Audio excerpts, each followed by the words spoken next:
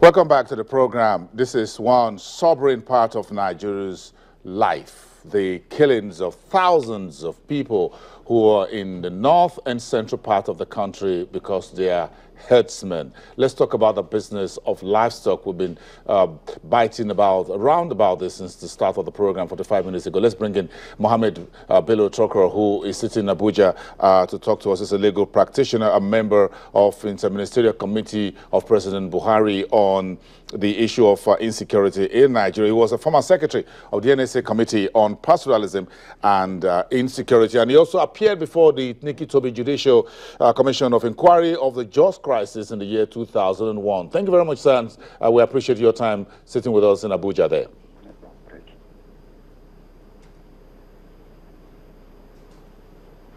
Thank you and good morning. We appreciate that. Now, let's start with this. We have about 15 minutes to have this conversation, but this is something that is very, very amazing. If you click on the internet and you just do a simple search on Google, you find a mountain of information about history of violence, deadly violence, people who were killed in Nigeria by Nigerians themselves because they are farmers and they're on the business of livestock in central and northern part of Nigeria. This is where you come from. Talk to us about this situation that's been on for at least a decade. First of all, I think it is most unfortunate for the violence.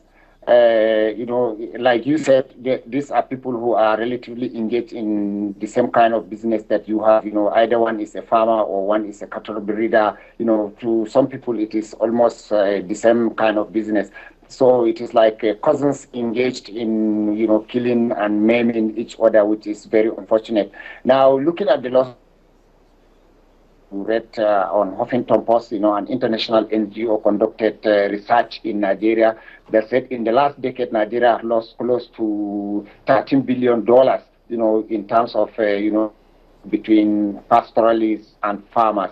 So that is to tell you the magnitude of the conflict that we have, not only in terms of relativeness to the, you know, affecting the political stability of the country, affecting the livelihood of young women, affecting the livelihood of women and children and others. So this is the magnitude of the conflict, and this is what we are talking about.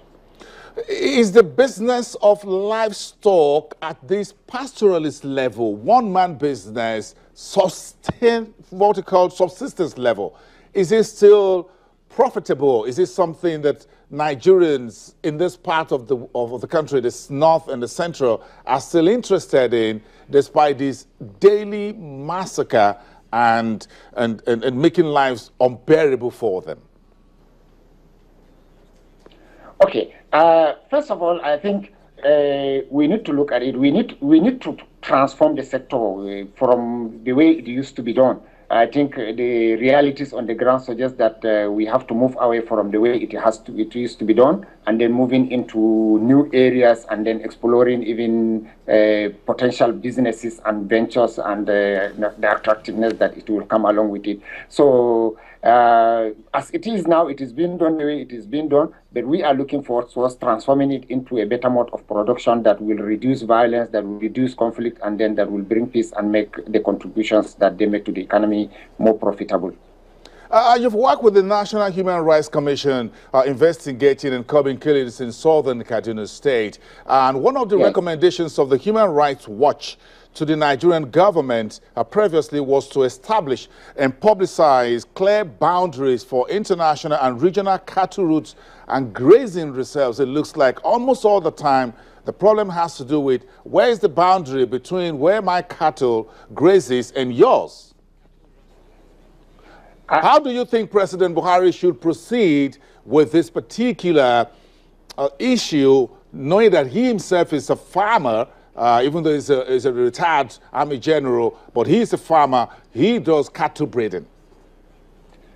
Okay, I think is it about 3 weeks ago, I think that is about 2 months ago, the president directed that, you know, the Federal Ministry of Agriculture, together with other ministries related to it, the Ministry of Environment, Water Resources, National Planning Commission, to come up with, you know, comprehensive livestock development plan, and then come up with immediate short-term, medium, and long-term strategies to end farmer pastoralist conflict in Nigeria.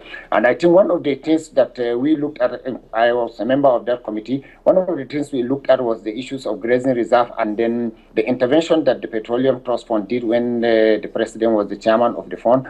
And then we also looked at the issue of grazing reserves and stock routes. Now, one of the most interesting factors is that, like you were discussing with the previous speaker now, the previous administration had approved intervention fund by the CBN, to support the livestock sector, but that has not yielded fruit. So we look forward towards this administration releasing funds to support the sector and then, transforming livestock, establishing grazing areas, demarcating stock routes, and then properly channeling the movement of livestock in or outside Nigeria according to demarcated corridors, not the kind of free flow movements that we now encounter, which is not good for even the livestock breeders or even the farmers.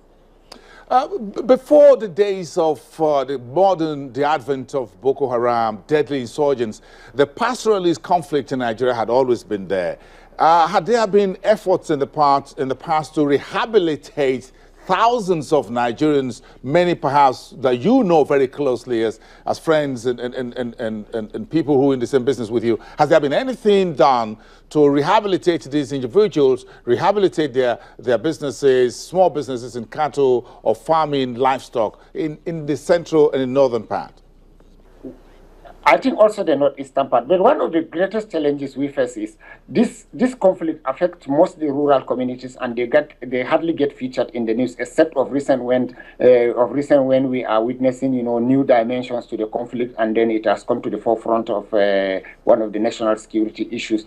But previously, the interventions in terms of supporting victims, either farmers or pastoralists, have relatively been very poor.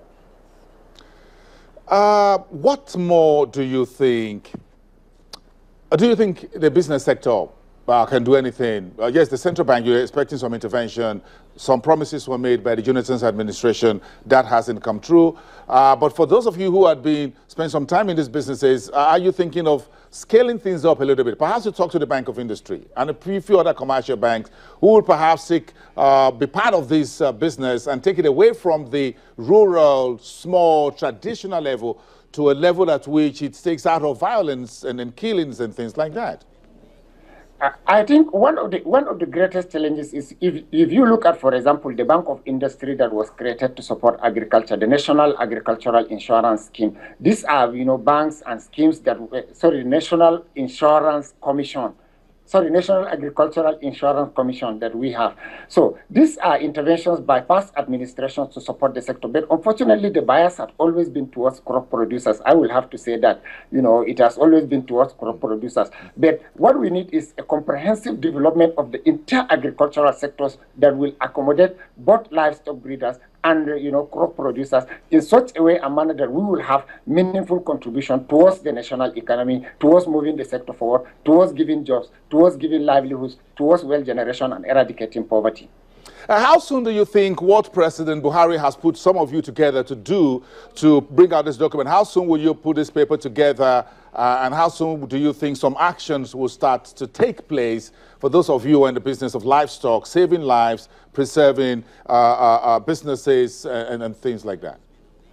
Well, we have submitted the report to the Permanent Secretary, Federal Ministry of Agriculture, who is going to forward it to the President. Good and meaningful suggestions have been put forward. We have reviewed past interventions and past policies, and then reviewed why they failed. So, looking at why they failed, what we did in this report is, to bring in new ideas, new innovations towards the administration, and then put up an evaluation system to monitor why has the past systems failed and why should we make progress in this respect. So we are hoping that this administration, like you rightly pointed out, the president is both a farmer and a cattle breeder. He will put forward structures and put up necessary measures that will alleviate the conflict that we witness and push the livestock sector and even the rural agricultural economy forward. Well, thank you very much for your time today, Mohammed Bello Tokoro. Thank you. Good morning. We appreciate that very much. Live from our Abuja studios, Mohammed Bello Tokoro, a legal practitioner and a pastoralist and the acting Secretary General of the Pan-African Pastoralist Organization. We'll leave you on that note. That's today's edition of the program. We hope you enjoyed it. Okay, I'll see you tomorrow at the same time, 10 o'clock in the morning. News comes first here on Channels, Nigeria's Business and newsletter. I'll see you tomorrow.